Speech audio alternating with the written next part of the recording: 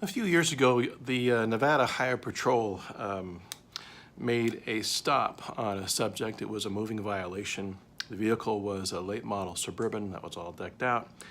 And the trooper got out of his cruiser and went through and did the typical approach to a vehicle on a motor vehicle stop that way. What they do is they come up to what's called the B pillar, which is the pillar right behind the driver's shoulder. It's right here. Okay, the A pillar is when it comes off the windshield. The B pillar is there, and they do that to go through and protect themselves, make sure that they can see their hands, that there's no weapons present or anything that way. The trooper asked the driver for his identification and proof of insurance, those types of things. And then he looked further inside the vehicle and noticed another subject in the passenger seat. He went back and ran the ID, and everything came back legitimate. And he began to write them up for their moving violation. And he noticed on the part of the passenger that the passenger was quite escalated. Even though he wasn't doing anything physically with his body, he could see that on the passenger's neck, that his carotid artery was just boom, just pounding out of his neck. And so the officer asked him, are you okay? Is everything all right here? Noticing that physical indicator. And the subject answered pretty abruptly that everything was just fine. And so then the officer asked him for his identification as well. And when he produced it, the officer read it and went back to his vehicle and ran a check on that. And sure enough, there was a warrant out for this subject's arrest. And the subject happened to be Warren Jeffs. Yeah, that's how they caught him, was through the acute awareness of physical indicators of this Nevada Highway Patrol trooper. Certainly the carotid artery is one way to go through and take a look and see whether or not our subjects are becoming escalated, and often that escalation is tied to that infraction of lying, okay? Capillaries are another physical indicator. This happens more in women than it does in men. I'm not sure why. I don't know if it's that the capillaries are closer to the surface of the skin or what the case might be.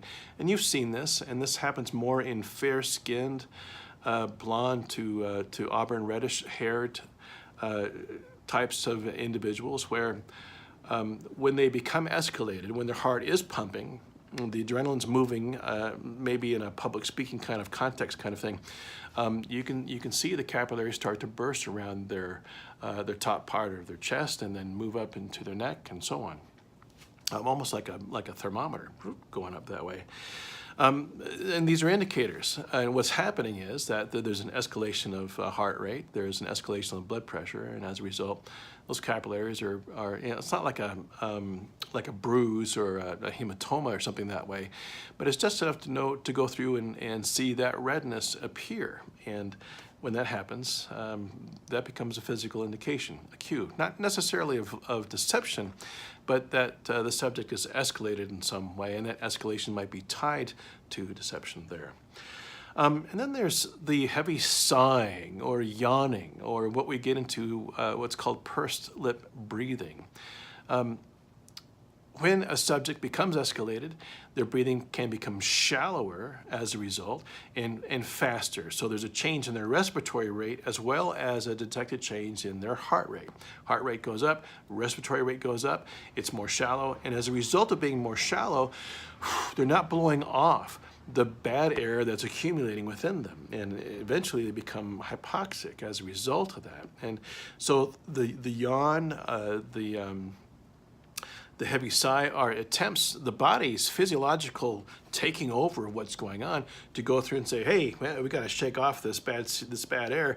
Let's go through and yawn or do something in order for us to keep our brain and other vital organs oxygenated that way. Another indication here is what's called pursed lip breathing.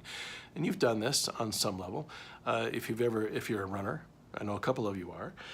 You've done pursed lip breathing. You've exerted yourself to a point to where you need to hold your lungs open a little longer in order to go through and get more of an O2 saturation within you. And so to do that, you blow against your lips in a pursed lip breathing. What that does is it causes a back pressure within the lungs, holds them open just a little bit longer, and it allows us to get the kind of oxygen that we need.